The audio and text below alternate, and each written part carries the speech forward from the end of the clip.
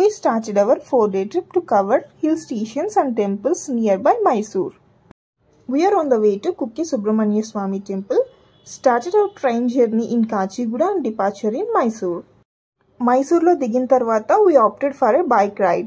So we decided to take a rental bike. మేము ఆన్లైన్లో వెతికి ఒకటి సెలెక్ట్ చేసుకున్నాము. That is bike rentals.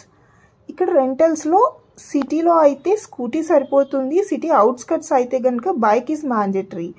వాళ్ళు పర్ డే కిలోమీటర్స్ లిమిట్ ఇస్తారు. ఆ లిమిట్ కనుక క్రాస్ చేస్తే మనం per kilometre 4 to 5 rupees charge చేస్తారు based upon the vehicle we take. And వీళ్ళకి గవర్నమెంట్ ఒరిజినల్ ఐడి మనం మ్యాండేటరీగా సబ్మిట్ చేయాలి. మైసూర్లో బ్రేక్ఫాస్ట్ కంప్లీట్ చేసుకొని we started our way to Kukke. It is around 183 kilometers from Mysore. మైసూర్లో 5 liters బైక్ పెట్రోల్ కొట్టించుకున్నాము. అయినా సేఫ్ సైడ్ ఉంటుందని చెప్పి 1 liter బాటిల్ తీసుకున్నాము. దారిలో ఎక్కడైనా పెట్రోల్ బంక్స్ దొరుకుతాయేమో అని చూస్తే కనిపించలేదు. ఒక అంకుల్ని అడిగితే ఇక్కడ ఉన్న అంగడిలో ఉంటుందని చెప్పి ఇక్కడ నుంచి పెట్రోల్ 1 liter బాటిల్ తీసుకొని సేఫ్ సైడ్గా పక్కన పెట్టుకున్నాము. ఇంకొంచెం ముందుకెళ్ళిన తర్వాత పెట్రోల్ బంక్ కనిపించింది. మళ్ళీ దారిలో కనిపిస్తాయో లేదో అని చెప్పి ఇంకో 5 liters కొట్టించుకున్నాము. బైక్కి పెట్రోల్ కొట్టిస్తే సరిపోతుందా? మనకి కూడా ఎనర్జీ డ్రింక్ కావాలి కదా. అందుకే ఒక షాప్ దగ్గర ఆగాము. షాప్లో ఏమున్నాయా ఏమైనా తీసుకుందాము అని చూస్తే గోలీ సోడా కనిపించింది. So I opted for the goli soda. నాకు గోలీ సోడా కొట్టడం అంటే చాలా ఇష్టము. So I tried it. Now the deep forest ride started. Forest ride is almost 100 kilometers. మొత్తం అంతా ఘాట్ రోడ్సే. ఇక్కడ మొత్తం దట్టమైన అడవులు, అంతా నిశ్శబ్దం. ఫోన్లో సిగ్నల్ లేక నెట్వర్క్ పోయి గూగుల్ మ్యాప్ ఆగిపోయింది. కనుచూపు మేర మనుషులు లేరు. టైం చూస్తే ఈవినింగ్ 4:30 అవుతుంది. వెళ్ళి మెయిన్ రోడే రావట్లేదు. ఒక్క స్ట్రీట్ లైట్ కూడా లేదు. మీరు అబ్జర్వ్ చేయండి, ఎక్కడ స్ట్రీట్ లైట్ కూడా కనిపించట్లేదు. మొత్తం అన్ని ఘాట్ రోడ్సే. చీకటి పడేలోపు బయట పడకపోతే ఏంటా పరిస్థితి అనే టెన్షన్. మధ్యలో అడవి కోడి కనిపించింది. క్యాప్చర్ చేద్దామనే లోపు ఎగిరిపోయింది. ఈ ఫారెస్ట్ నేము సుబ్రహ్మణ్య ఫారెస్ట్ అంట. అంటే పూర్వం రోజుల్లో సుబ్రహ్మణ్యేశ్వర స్వామి ఈ ఏరియా అంతా తిరిగారంట. కొంచెం దూరం ట్రావెల్ చేశాక మంకీస్ కనిపించాయి. ఈ కోతులను చూడంగానే వైల్డ్ యానిమల్స్ అనుకొని భయపడ్డాను. తర్వాత కోతులు అని చెప్పి రియలైజ్ అయిన తర్వాత అమ్మయ్య అనుకున్నాను. This is the Bisle ghat road. ఇక్కడ బిస్లీ వాటర్ ఫాల్స్ ఉంటాయంట. ఇదొక వ్యూ పాయింట్. యాక్చువల్గా వీక్ డేస్లో అయితే ఎవరు ఉండరు. వీకెండ్స్లో అయితే బిస్లీ వ్యూ పాయింట్ చూడడానికి చాలామంది వస్తారు. మనకి దారి పొడుగుతా మనుషులు ఉంటారు. సో భయమేమి ఉండదు. వీక్ డేస్లో కాబట్టి కొంచెం ఎవరు లేరు కాబట్టి కొంచెం భయం వేస్తుంది. ఫారెస్ట్లో దారి పొడుగుతా కాషన్స్ అండ్ స్లోగాన్స్ పెట్టారు. ఇక్కడ మీరు చూస్తే ఎలిఫెంట్ క్రాసింగ్ జోన్ అని చెప్పి, డేంజర్ జోన్ అని చెప్పి రాశారు. Death of the forest is end of our life అని మోటివేటింగ్ స్లోగన్స్ కూడా రాశారు.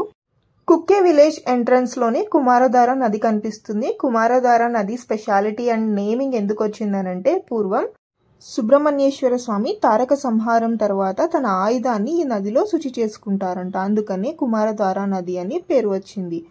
ఇక్కడ వాటర్ చాలా ప్యూర్గా ఉంటాయి. ఇక్కడ స్నానం చేస్తే మనకున్న దోషాలన్నీ తొలగిపోతాయని నమ్మకం. వాటర్ ఫ్లోటింగ్ ఎక్కువ ఉంటే కంట్రోల్ చేయడానికి చిన్న రిజర్వాయర్ లాగా కన్స్ట్రక్ట్ చేశారు. కుమారధార నదిలో స్నానం చేస్తే మంచిదన్నారు కదా అని చెప్పి జై ఇంకా నేను వెళ్తా అని చెప్పి స్నానం చేశారు. He enjoyed a lot. నేను మాత్రం నదిలో దిగలేదు. నదిలో వాటర్ మాత్రం చాలా క్లియర్గా ఉన్నాయి. ఇంకా చిన్న చిన్న చేపలు కూడా ఉన్నాయి. నేను జస్ట్ కాలు పెట్టుకొని కొంతసేపు ఆడుకొని తల మీద నీళ్లు చల్లుకున్నాను. మొత్తం మళ్ళీ దిగేస్తే బట్టలు తడిసిపోతాయి కదా, మళ్ళీ హోటల్ రూమ్ దాకా వెళ్ళాలి అలానే అని చెప్పి నేను దిగలేదు. జై స్నానం చేసి వచ్చేసిన తర్వాత మేము రివర్ ఎదురుగా ఉన్న ఒక షాప్లో ట్రెడిషనల్ డ్రెస్ టెంపుల్కి వేసుకెళ్ళడానికి ఓం అని ఉంది, అది ఒకటి తీసుకున్నాము. కుమారధార రివర్ నుంచి ఇక్కడ ఎంట్రన్స్ సుబ్రహ్మణ్యేశ్వర స్వామి టెంపుల్కి వెళ్ళడానికి. ఇక్కడ నుంచి కరెక్ట్గా 2.5 kilometers ఉంటుంది. మేము టెంపుల్కి 500 meters ఒక లాడ్జ్ని తీసుకున్నాము. This is the entrance of the lodge and this is the reception area.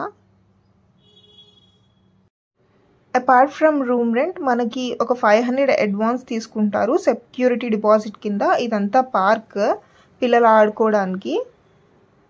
This is our room. మాకు రూమ్ ఒక 1K పడింది, లైక్ 900 చేంజ్ ఎంతో పడింది. ఇక్కడ ఒక షాప్ కూడా ఉంది. మేము రెడీ అయిన తర్వాత హోటల్ రూమ్ నుంచి టెంపుల్కి బై వాకే వెళ్ళాము. ఇది టెంపుల్ యొక్క మెయిన్ గోపురము ఎంట్రన్స్ దగ్గర.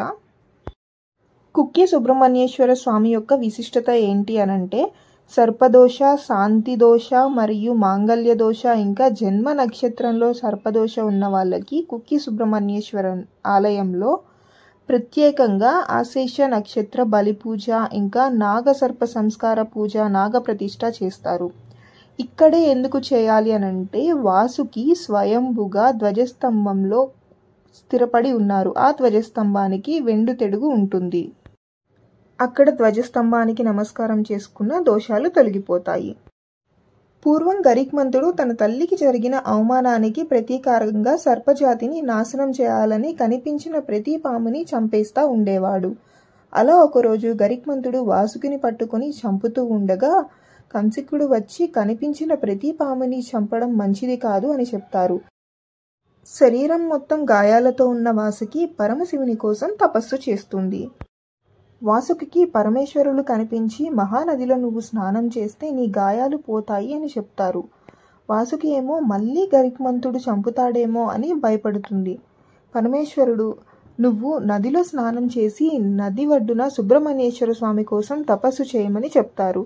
సుబ్రహ్మణ్యులు ప్రత్యక్షమైనప్పుడు నీ పడగ మీద ఆ సుబ్రహ్మణ్యుని వెలవమని చెప్పు, అప్పుడు గరిక్మంతుడు కూడా నిన్ను ఏమీ చేయలేడు అని వరమిస్తారు. వాసుకి పరమేశ్వరులు చెప్పినట్లు నదిలో స్నానం చేసి గాయాలను పోగొట్టుకుంటుంది. ఇంకా ప్రతిరోజు తపస్సు చేయడం మొదలు పెడుతుంది. ఒకరోజు సుబ్రహ్మణ్యులు తారకా సంహారం తరువాత తన శక్తి ఆయుధం నదిలో శుభ్రం చేసుకోవడానికి వచ్చారు. తపస్సు చేస్తున్న వాసుకి దర్శనం ఇస్తారు. సుబ్రహ్మణ్యులు తన ఆయుధానికి ఉన్న శుచి పోగొట్టుకున్నారు కాబట్టి నదికి కుమారధార అని పేరు వచ్చింది. వాసుకి కోరిక మేరకు సుబ్రహ్మణ్య స్వామి పుట్ట వెలుస్తుంది. అదే ఆది సుబ్రహ్మణ్యేశ్వర స్వామి వారి గుడి. సుబ్రహ్మణ్యేశ్వర స్వామి గుడి నుంచి ఆది సుబ్రహ్మణ్యేశ్వర స్వామి గుడి 500 మీటర్స్ ఉంటుంది. ఆది సుబ్రహ్మణ్యేశ్వర స్వామి టెంపుల్లో దర్శనం చేసుకున్న తర్వాత అక్కడి నుంచి ఇంకొక 500 మీటర్స్లో సుబ్రహ్మణ్య మఠ్ ఉంటుంది. సుబ్రహ్మణ్య మఠ్ కరెక్ట్గా సుబ్రహ్మణ్యేశ్వర స్వామి టెంపుల్కి బ్యాక్ సైడ్ ఉంటుంది. ఆది సుబ్రహ్మణ్యేశ్వర స్వామి టెంపుల్ దగ్గర ఒక నది ఉంటుంది. ఆ నదిలో దిగి మనం అనుకున్నట్లుగా 5 కానీ 11 కానీ రాళ్ళు పేరుస్తే మనం అనుకున్నది జరుగుతుంది అనంట.